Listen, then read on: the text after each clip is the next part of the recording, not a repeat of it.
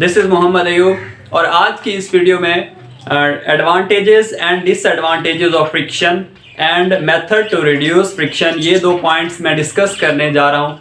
यानी कि फ्रिक्शन के क्या फ़वाइद हैं और फ्रिक्शन के क्या नुकसानात हैं, और इसके साथ साथ हम इस वीडियो में ये भी सीख पाएंगे कि हम फ्रिक्शन के ऊपर ओवरकम कैसे हो सकते हैं। तो let's start.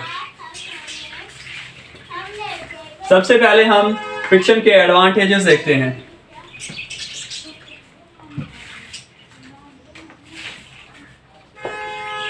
Advantages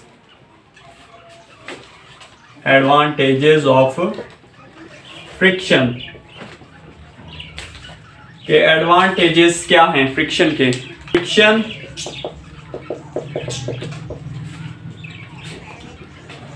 helps us to write on paper, यानी कि फ्रिक्शन की हेल्प से हम पेपर के ऊपर राइट कर सकते हैं। अगर पेपर और पेंसिल की निब के दरमियान फ्रिक्शन ना होती तो हम कभी भी राइट डाउन ना कर सकते, कि कभी भी लिख ना सकते। तो ये फ्रिक्शन का एक बहुत बड़ा फ़ायदा है कि हम इसकी मदद से लिख सकते हैं। तो फ्रिक्शन हेल्पफुल है राइटिंग में। नेक्स्ट जो फ्रिक्शन का एडवांटेज है वो है कि birds can fly. Birds can fly in air due to friction in air, यानी कि हवा में फ्रिक्शन की ही वजह से बर्ड जो हैं वो फ्लाई कर सकते हैं। अपने विंग्स के ऊपर फोर्स अप्लाई करके वो फ्लाई कर सकते हैं। तो ये भी फ्रिक्शन का एक बहुत बड़ा फ़ायदा है कि इसकी मदद से जो बर्ड्स हैं वो फ्लाई कर सकते हैं। नेक्स्ट जो एडवांटेज है वो है friction helps us to walk, कि फ्रिक्शन हमें चलने में बहुत मदद देती है। यानी कि हम एक रोड पे चल रहे हैं तो हमारे पाँव और ज़मीन के दरमियान जो फ्रिक्शन है उसकी मदद से हम वॉक कर रहे हैं, उसकी मदद से हम दौड़ सकते हैं, उसकी मदद से हम चल सकते हैं, फिर सकते हैं। तो ये फ्रिक्शन का बहुत बड़ा फ़ायदा है, बहुत बड़ा एडवांटेज है कि हम इसकी मदद से हम चल सकते हैं।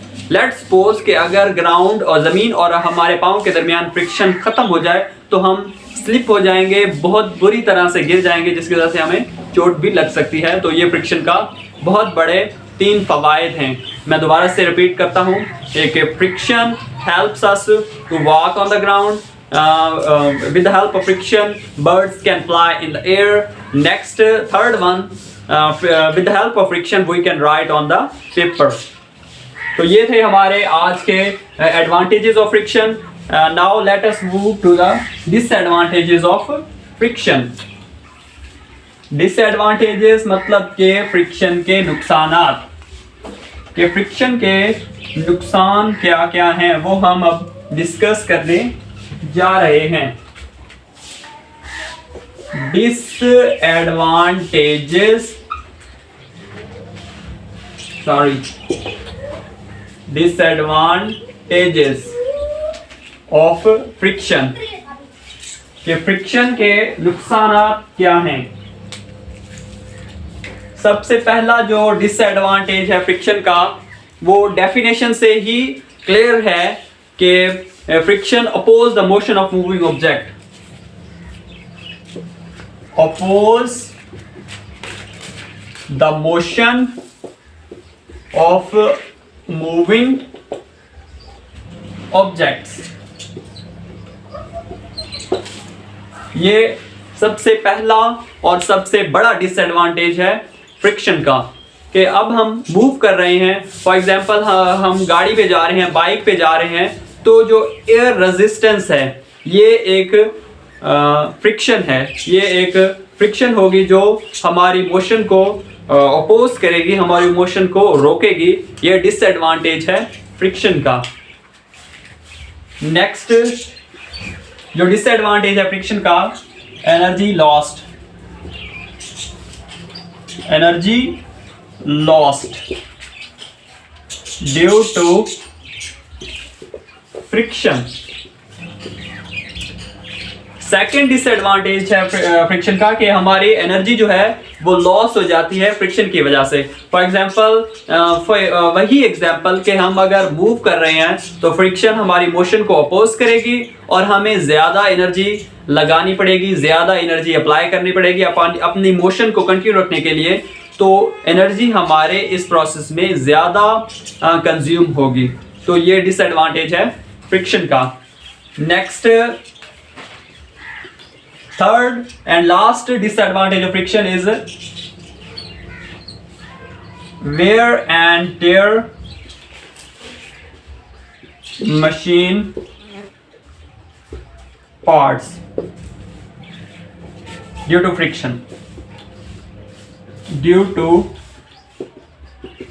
फ्रिक्शन।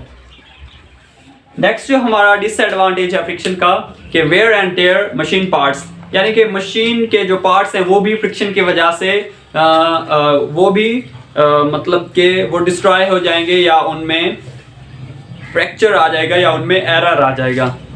तो ये थे हमारे डिसएडवांटेजेस ऑफ फ्रिक्शन। मैं दोबारा से रिवाइज कर देता हूँ जो डिसएडवांटेजेस हैं फ्रिक्शन के 3 डिसएडवांटेजेस मैंने इधर राइट किए हैं। सबसे पहले फ्रिक्शन अपोज करती है मोशन ऑफ मूविंग ऑब्जेक्ट्स को।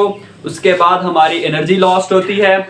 एनर्जी लॉस होने के बाद जो मशीन के जो पार्ट्स हैं, मूविंग पार्ट्स, जिसकी मदद से कोई भी ऑब्जेक्ट मूव करती है या कोई भी इंजन रन करता है, वो उनके पार्ट्स में भी एरर आएगा ड्यू टू फ्रिक्शन। ये थे हमारे advantages and disadvantages of friction. Now we move to the second point of this lecture, that is method to reduce friction, methods to overcome the friction के कौन कौन से मेथड्स हमें use करने चाहिए कि हम फ्रिक्शन को कम कर सकें या फ्रिक्शन पे हम ओवरकम कर सकें। हमारे पास 4 मेथड्स हैं जिसकी मदद से हम फ्रिक्शन कम कर सकते हैं।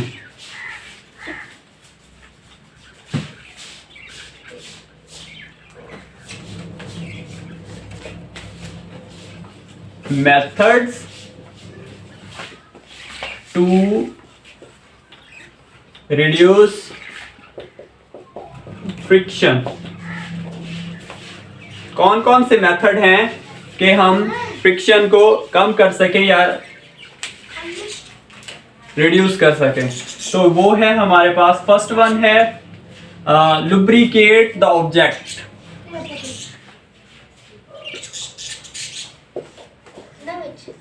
lubricate the objects। lubricate means के ऑयल और ग्रेस वगैरह के यूज जो है ना वो फ्रिक्शन को कम कर सकता है। नेक्स्ट जो मेथड है वो है making the objects streamline. Streamline कौन सी शेप होती है? स्ट्रीमलाइन शेप ऐसे ही है जैसा कि फिश आगे अगर आपने देखी हो तो उसका जो माउथ होता है वो ऐसे होता है, स्ट्रीमलाइन। तो इसे हम क्या कहेंगे? स्ट्रीमलाइन। अगर किसी भी मूविंग ऑब्जेक्ट की जो फ्रंट साइड है वो स्ट्रीमलाइन हो तो फ्रिक्शन कम से कम होती है। इसका क्या मतलब है? अगर कांटेक्ट जो एयर रेजिस्टेंस से हमारा कांटेक्ट है वो ज्यादा होगा तो हमें ज्यादा फ्रिक्शन फेस करना पड़ेगी। अगर हमारा कांटेक्ट एयर से कम होगा तो हमें कम फ्रिक्शन फेस करना पड़ेगी। इसका मतलब ये है कि हम स्ट्रीमलाइन की मदद से, स्ट्रीमलाइन शेप की मदद से हम फ्रिक्शन को कम से कम कर सकते हैं, यानी कि फ्रिक्शन को रिड्यूस कर सकते हैं, फ्रिक्शन का कम से कम सामना कर सकते हैं। थर्ड पॉइंट है रिडक्शन ऑफ फ्रिक्शन का, कि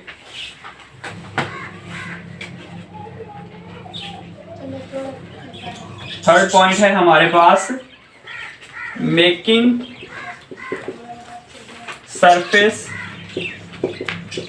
स्मूथ। थर्ड पॉइंट है कि हम अगर सरफेस स्मूथ होगी तो फ्रिक्शन कम होगी। लास्ट पॉइंट है कि using ball bearing, using ball bearing और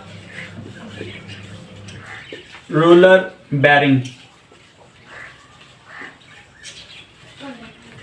बॉल बेयरिंग और रोलर बेयरिंग की वजह से हम फ्रिक्शन को कम कर सकते हैं। ये थे हमारे methods of reduce friction. This is end of lecture. Allah Hafiz.